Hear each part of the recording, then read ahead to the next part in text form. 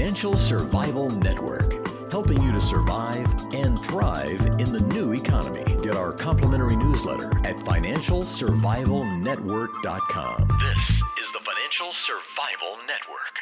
These days, everything is going wrong in the economy, and that means that your credit standing, your credit score, becomes ever more important, because if you don't have a high enough credit score, you won't be able to get a credit card, you won't be able to get a mortgage, you won't be able to get an auto loan, and this is going to interfere with your ability to make a living and survive and even thrive in the new economy, which is why you need to hear from Bladimir Mercedes. He is an acknowledged credit expert, author, and frequent contributor and writer to the financialsurvivalnetwork.com. He's written a book, along with yours truly, called How to Raise Your Credit Score, and he's been helping people fix their credit for years, and it's kind of like the hair club for men. He's not just an owner, but he's also a customer. Bladimir, how are you? I'm doing great. Thanks for having me on your show, Kerry. Hey, and we're very glad to have you because, Blad, even though we deal with hard asset investments, we have a lot of listeners. A lot of you out there are underwater on your homes, have had bad credit spells, and have had issues with your credit score. A lot of it's not justified. Some of it is. And yet, if you knew the proper rules, if you knew the right way to handle the bureaus and the banks, you might be able to substantially increase your credit score, qualify for that house. Even if you want to refinance, you still have to make often a 640 credit score or better. So you really need to be aware of what's on your credit report and what you can do to change it, right, Blad? Absolutely. Credit is you can't get away from it in any economy. The credit, it's important to our daily lives. Things that you didn't even think were credit was a factor on. It's being used for anything from insurance to employment. So having a good credit standing is something you cannot get away from in this economy or any other. And you've been doing this a while. How did you get into this? It seems like you didn't go to school and say, I want to help people with their credit issues. Obviously, something happened to get you into the business, right? Oh, absolutely. I was actually a victim of identity theft, and I started to deal with those issues on my own.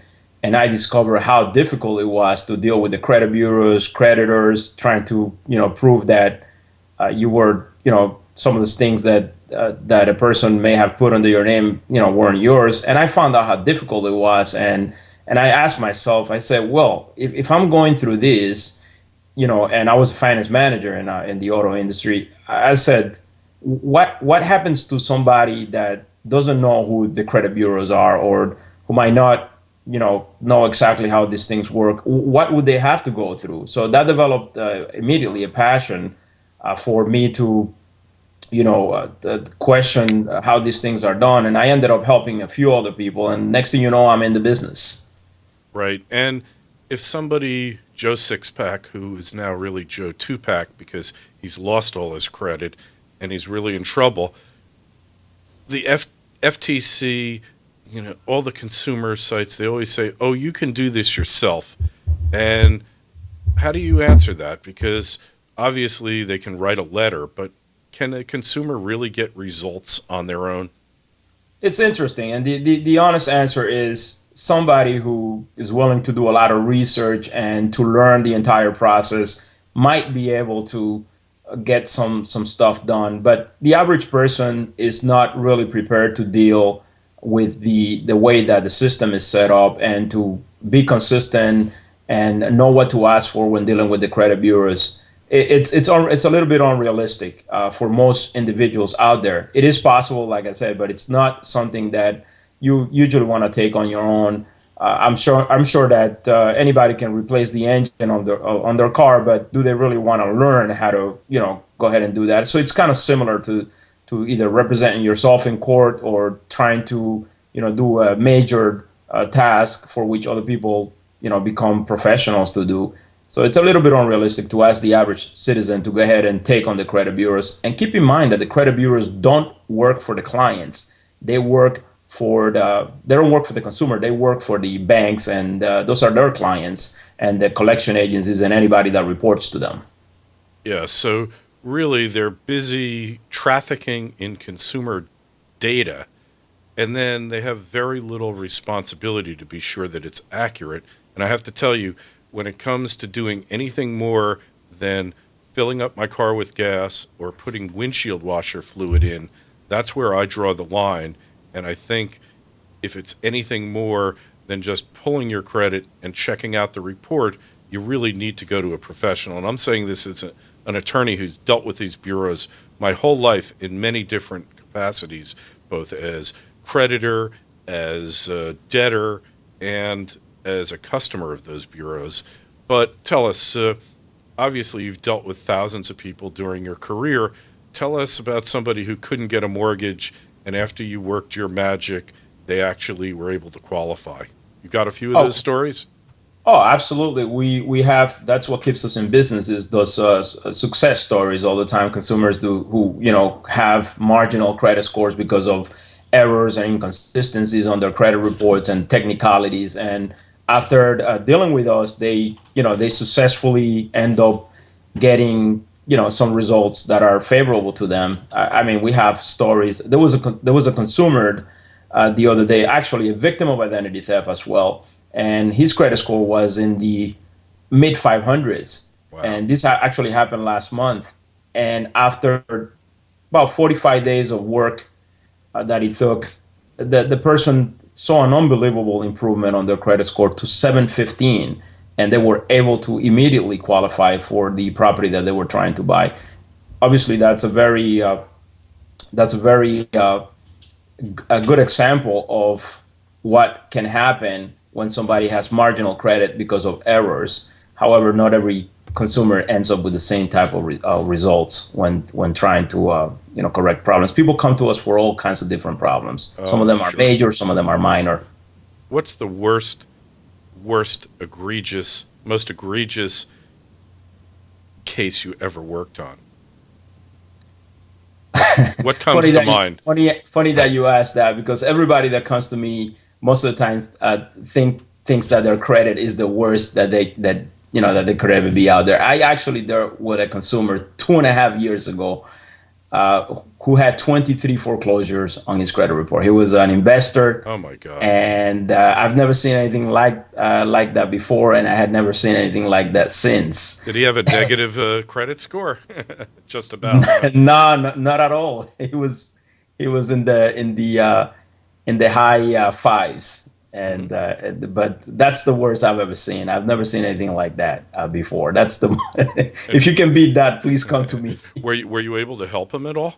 I was. There was full disclosure. There were I explained to him that what we were in for couldn't really make any real promises, and the client understood that, and that's one of the reasons I was I was okay with working with his particular file.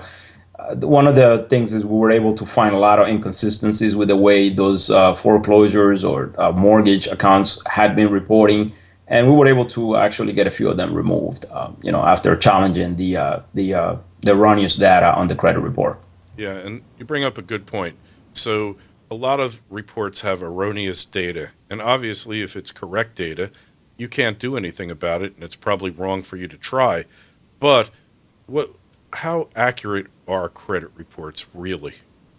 Oh, credit reports are extremely inaccurate. A recent study conducted by the National Association of State Public Interest and Research Groups discovered that 79% of all credit reports contain some type of error. And, obviously some of those errors are major, some of them are minor. 25% contain, errors serious enough to have that person decline for credit. And 54% of the data contain inaccurate personal information, such as misspelled names, wrong social, wrong, date of birth, inaccurate information about their spouse. One of those credit reports actually contain the business partner Really? as the person's spouse in that study. So that's just a few of the things that you can expect from an average credit report. So credit reports are extremely inaccurate, and it's 79% to that effect. That's actually something that can make somebody think a lot about their own credit and the accuracy contained therein. Well, I'm sure of that. I could just tell you a story. When I was practicing law, we were after a debtor, and it turned out that he had the same name as a certain famous federal judge, and he lived 2 blocks away from the judge in Manhattan. So we went about going to restrain his account based on the information that was on his credit report, and it turned out that it was the judge's social security number. Fortunately, Citibank called the judge, or if it wasn't Citibank, a major bank called the judge before they restrained his account, and I remember having to go down to his chambers and explain to him, Your Honor, I'm really sorry this happened, but now you understand what we're up against, because he had called up the credit bureaus and said, I'm Judge so-and-so, federal judge for the Southern District of New York, and I want this fixed now. And they basically flipped him off. And he was so angry that I think he had the heads of all 3 major credit bureaus down in his chambers after mine, because he realized that we were trying to rely on information that we reasonably believed to be accurate, and yet the credit bureaus had screwed this whole thing up. And luckily, I think they've gotten a little bit better in terms of merged credit reports, but there's still plenty of inaccuracies to go around. Well, I have to say it's that's not something that I'm totally familiar with those types of cases, and the credit bureaus they haven't done much about that situation. They've made some improvements, but 79% is still a lot of inaccuracies out there. And also, you think about somebody who's not a judge and can pull those kind of phone calls that a judge will be able to make. I mean, what kind of position? Imagine what kind of Forget position they could be at. it. So Forget no it. one is absent from the inaccuracies that this system has created. I mean, it's full of flaws, and it's very frustrating. There are stories out there of people who have committed suicide, well documented, after dealing with the credit bureaus and not being able to qualify for the things that they want to. It's obviously those are extreme cases, but there was the case of Kenneth Baker, a well documented case, and in his suicide note, he wrote how difficult it was to deal with the credit bureaus, and it was again that we'll have time for that story. I don't know the time is a very long story, Sure. but Yeah, very people are very familiar with, oh, yeah. with a well documented case, and the guy just went nuts after he couldn't correct the errors of mistaken identity that were on his credit report. And he couldn't qualify for the house that he wanted to give his family. Yeah, outrageous. And look, if you're thinking of doing yourself in, just contact Bladimir first. It's definitely worth a shot. Obviously, Bladimir, you can't tell people that you're going to achieve certain outcomes because you don't know up front what you can do, if you can do anything. But with that in mind, how effective can you be? Oh, we're definitely we have a system in place.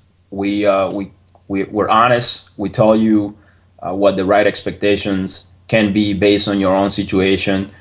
We also give you full disclosure of everything that we're doing, and no one can guarantee you any kind of results. Anyone that does that, they're probably not worth your time. You run away as far as you can. Nobody can guarantee results when it comes to dealing with the credit bureaus. What we do is we tell you that, and we're extremely consistent with the work that we do, and we have a full transparency, so you always have access to what we're doing at any given time. But other than that, there's no guarantees when it comes to dealing with issues on your credit report.